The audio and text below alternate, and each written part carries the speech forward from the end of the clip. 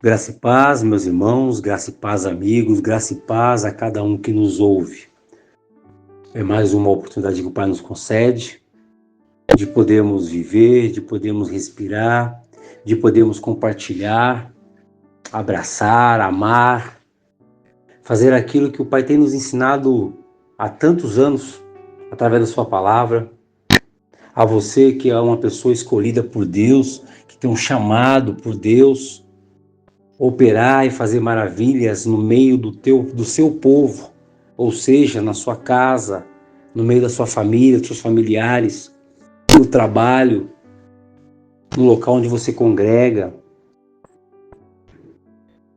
Se ouvires a voz de Deus hoje, não endureça o coração. Muitas das vezes usamos essa mensagem, esse termo, apenas para aquele que não tem o conhecimento da palavra. Muitas das vezes usamos esse termo, essa palavra, somente para aqueles que estão desviados. Mas essa palavra serve para todos nós, aproveitar a oportunidade, porque os dias são maus, as coisas estão acontecendo muito rápido. Pessoas que estavam conosco ontem, hoje já não estão mais. Pessoas que moravam ao nosso lado, hoje mudaram. Pessoas que falavam por uma questão de acidente grave, não falam mais. Tantas coisas acontecendo. A inversão dos valores que a Bíblia menciona tantas vezes estão numa escalada tremenda. E a nossa continuidade do nosso tema, daquilo que nós estamos falando, sobre o olhar, a força que tem um olhar, o que se pode conquistar ou não, né, através de um olhar. Nós batemos aí na questão do povo no deserto, do seu olhar quando viu o exército egípcio vindo a todo vapor, e quando se olhava para frente só tinha para um lado, só tinha montanha, e para frente só tinha água.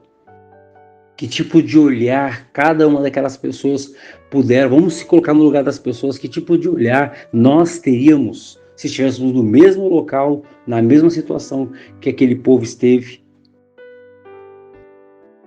E aí entra Deus com providência, abre o mar, todos atravessam, aí o olhar muda totalmente. O olhar de alegria, olhar de vitória, olhar de que Deus está conosco. Talvez em alguns casos ali um ou outro, um olhar de frustração, porque nós não sabemos o que cada um sentiu naquele momento, o que cada um passou naquele momento. Era muita gente, mas eu creio que assim como nós também temos o olhar de compaixão, o olhar de medo, puxa, foi por pouco. O olhar de que, poxa, eu poderia ter feito algo, eu poderia ter evitado, eu poderia ter falado de Deus para aquela pessoa, eu poderia ter visitado, eu poderia ter feito tantas outras coisas através do olhar. É preciso aprender a olhar tudo, mesmo as coisas que nos ameaçam, mas olhar com um olhar de dependência de Deus. Não seja um crente, não seja uma pessoa tímida, uma pessoa fraca, uma pessoa apavorada diante de qualquer ameaça. Não seja. Deus tem nos abençoado para abençoarmos vida. Ele tem nos dado tantas outras coisas. Muitas das vezes nós somos obrigados a retroceder e refazer os planos. Pode ser que para alguns isso soa algo, poxa, mas voltar para trás, poxa, mas deixar de continuar aquilo que até aqui eu conquistei. Muitas das vezes se faz necessário. Porque é nessa hora que lá no texto, os faraós da vida, nos dias de hoje, os faraós deste mundo, querem se aproveitar para nos levar de volta para o Egito. Quem lê o texto, que vem acompanhando já a terceira mensagem de hoje, a terceira reflexão de hoje, vai conseguir compreender o que estou falando. Muitas das vezes nós ouvimos pessoas dizerem: é melhor você aceitar o que o seu chefe está te pedindo, senão você vai se dar mal. Muitas vezes você ouve, você já viu que a sua decisão não lhe ajudou em nada. O Egito pode ser ruim, mas lá você tinha um lugar garantido. Você tinha um alimento, você tinha tudo que era preciso, né? Mas o mundo e até mesmo as pessoas mais próximas tentam muitas das vezes nos levar, retroceder, levar de volta a velha prática, a velha vida. Infelizmente, muitos se deixam convencer por esses argumentos de Faraó. Observe o povo de Israel que estava sem lutar há mais de 400 anos. Eles não sabiam sequer pegar numa espada. Sabendo disso, Deus não permitiu que eles avançassem em direção ao território dos amalequitas e dos filisteus. Nós lemos um texto lá de Êxodo, nós já lemos já, né? Mas Êxodo 13, o versículo 17, quando o faraó deixou o povo sair, Deus não os guiou pela rota da terra dos filisteus, embora essa fosse o caminho mais curto.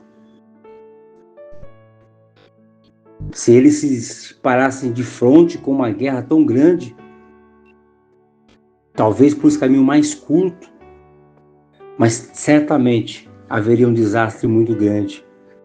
Mas como nós falamos, é Deus que está com o seu olhar de amor, olhar de proteção, olhar de cuidado sobre o povo. E sem preparo, eles não conseguiriam vencer o povo de outras tribos, certamente. Há muita gente afoita na igreja, não estão preparados para a luta, para os desafios espirituais e materiais, mas também não querem parar.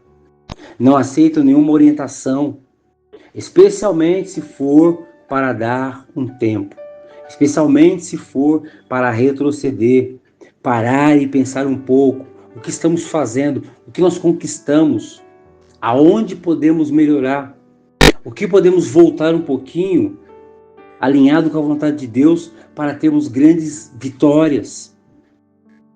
Mas muitas vezes querem fazer a vontade própria.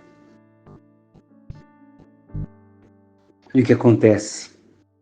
Quem faz aquilo que dá na telha, infelizmente, acabam sendo derrotados. Foi assim que aconteceu com os egípcios. Faraó achou que o povo estava perdido no deserto. Faraó achou que o povo não tinha direção. Faraó achou. E com o seu olhar, pela quantidade de morte que a praga deixou no Egito, certamente a fúria, o endurecimento do seu coração fez buscar aquilo que ele nem imaginava. A própria destruição de todo o exército. Que Deus continue fazendo você pensar. É rápida a palavra, como estamos falando, é um olhar de compaixão, é um olhar de frustração, é um olhar de decisão. Falamos do povo do Egito, falamos do povo do povo de Israel, contamos aqui a história que está na Bíblia, mas e a sua história? E as suas lutas, e as suas guerras? Quem tem conduzido? Você ou Deus? Que você possa pensar e tenha mais um dia na presença de Deus, abençoado, protegido e amparado por Ele, em nome de Jesus. E até uma próxima, se Deus assim permitir.